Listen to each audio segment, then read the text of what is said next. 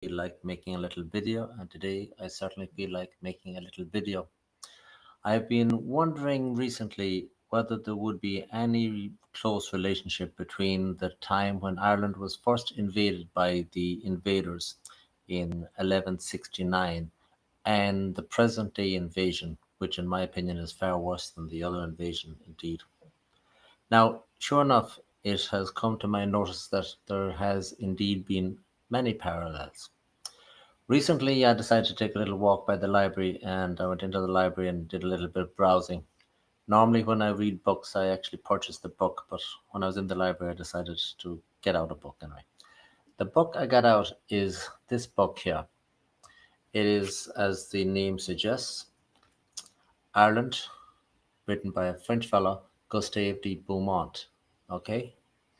It is written in the year 1839 by this French fellow.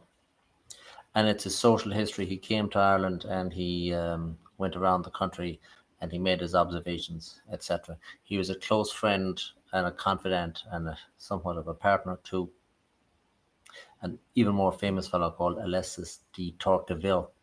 He wrote a very famous book called Democracy in the United States. When this fellow, this other Frenchman, he came back to the United States and he traveled all over the place and he wrote a very famous book as well. He's well known, but this other fellow here, Gustave de Beaumont, is not very well known. I'd actually never heard of him myself.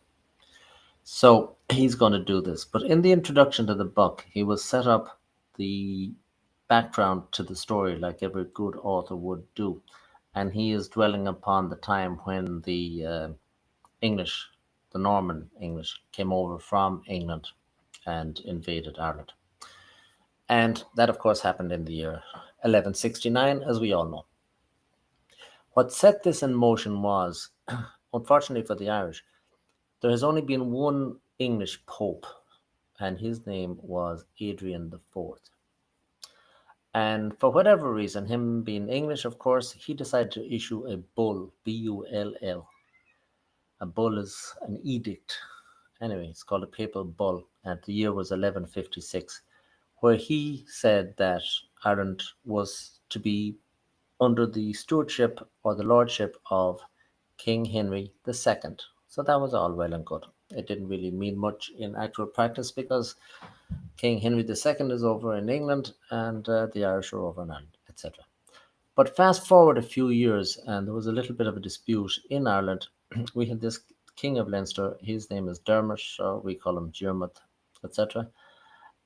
He got into a beef with this other king of Meath, and he was called O'Rourke. Okay, and O'Rourke anyway ran off with the wife of Dermot, and Dermot is not particularly happy with this at all. Actually, it was the other way around. It was I get them all confused. Anyway, the O'Rourke fellow